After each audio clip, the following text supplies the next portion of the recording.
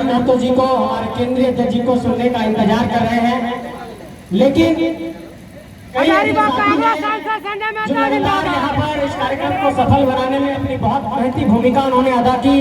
हमारे साथी सिकेंद्र जी हैं, हमारे साथी कुलदीप जी हैं, हमारे साथी सूरज जी हैं, हमारे साथी प्रेम जी हैं, भगट्टा के साथी हैं विनोद जी हैं, और तमाम जो साथी हैं दिलीप हैं, वीरेंद्र हैं, सभी साथियों का मैं आभार प्रकट करता हूँ। और तमाम झारखंड के अलग अलग इलाकों में जाकर के हम लोगों ने अपने भाषणों के माध्यम से झारखंड के भीतर एक जन जागरूकता लाने का काम किया है। लेकिन मैं आज आपको भाषण के माध्यम से कुछ मुद्दों पर बात नहीं रखूंगा। मैं इस बात पर आज आप लोगों का ध्यान केंद्रित करना चाहता हूं कि पिछले 2 दशकों के दौर में आप गौर करिए कि झारखंड में कोई बड़ी क्रांति नहीं हुई, और जब एक क्रांति की शुरुआत हुई 30 दिसंबर 2021 से, और जब रणधीर वर्मा चौक पर 10 जनवरी को झारखंड के माटी पुत्र टाइगर जयराम महतो जी ने संबोधन दिया, और जब तमाम सोशल मीडिया के प्लेटफॉर्म से ये संबोधन जन जन तक पहुंचा, तो लोगों में एक उम्मीद जगी कि नहीं, वास्तव में झारखंड के भीतर कोई एक क्रांतिकारी पैदा हुआ है जो असल में झारखंडियत को जगाना चाहता है, झारखंड की भावना को जगाना चाहता है।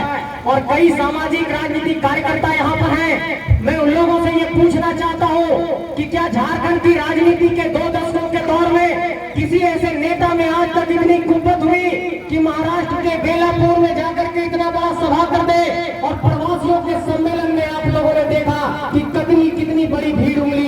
ये इनकी विचारधारा की ताकत है, ये इनकी सोच की ताकत है।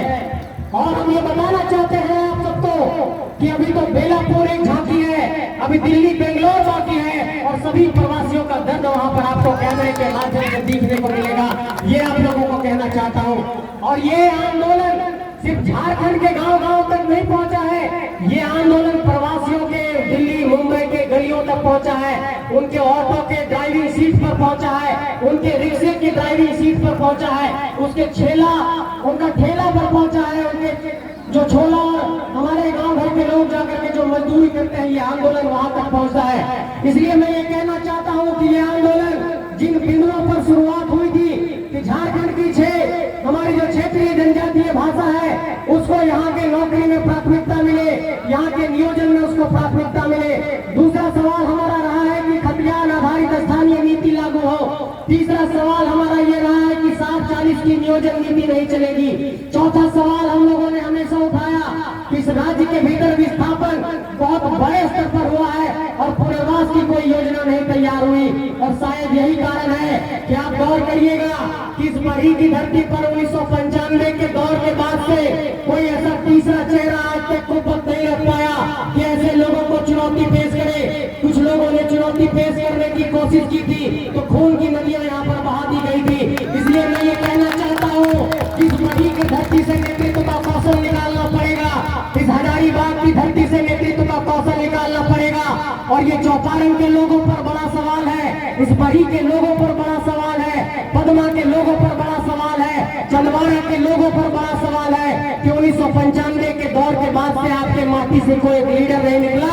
और अगर तो चाची की धरती से कोई माटी का लीडर निकल करके 100 माटी का लीडर पैदा कर रहा है तो उसके साथ आपको खड़ा होना होगा, नहीं तो ये झारखंड फिर से लुट जाएगा। मेरे साथियों, मैं ये कहना चाहता हूँ इस इलाके में जब भी कोई नेतृत्व अगली पंक्ति में आकर के नेतृत्व करना चाहता है, जब इन लोगों को चुनौती पेश करना चाहता है, तो इस इलाके में एक परिपाटी बनाई गई है। इस इलाके की परिपाटी है कि केस मुकदमे में फंसा करके लोगों को जेल में डालो और भाई भाई में लड़ाओ, यही यहाँ की राजनीति है। और इस राजनीति की परिपाटी को बदलना होगा। और मैं ये कहना चाहता हूँ कि इस इलाके में लोगों ने, कल मेरे से मीडिया ने पूछा कि इस इलाके को अफीम तस्करी का हब बनाया गया, इस इलाके को शराब तस्करी का हब बनाया गया, इस इलाके को पशु तस्करी का हब बनाया गया। क्या आप लोगों ने बोला एक भी बार?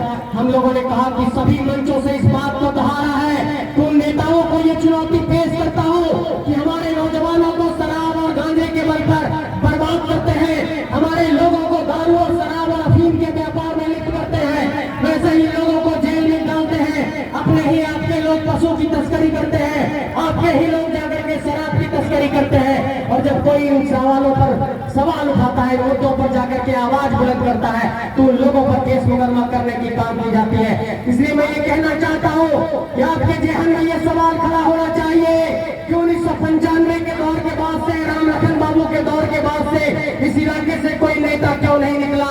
आपके जहन में ये सवाल खड़ा होना चाहिए कि बक्सर का आदमी बार बार यहाँ सांसद कैसे बनता है? आपके जहन में ये सवाल खड़ा होना चाहिए कि चतरा का सांसद बिहार की धरती से कैसे बनता है? आपके जहन में ये सवाल खड़ा होना चाहिए कि पलामू का सांसद बिहार की धरती से क्यों बनता है? आपके जहन में यह भी सवाल खड़ा होना चाहिए कि धनबाद का सांसद यूपी से क्यों बनता है? आपके जहन में यह भी सवाल खड़ा होना चाहिए कि गोड्डा का सांसद भागलपुर से क्यों खड़ा होता है? भागलपुर का आदमी गोड्डा का सांसद क्यों बनता है? क्या झारखंड की माटी में इतनी कुव्वत नहीं? क्या झारखंड की माटी बांझ हो गई है? क्या हमें अपने माटी से लीडर नहीं निकाल सकते हैं? इस पहलू पर आप लोगों को सोचना होगा। मैं ये भी कहना चाहूँ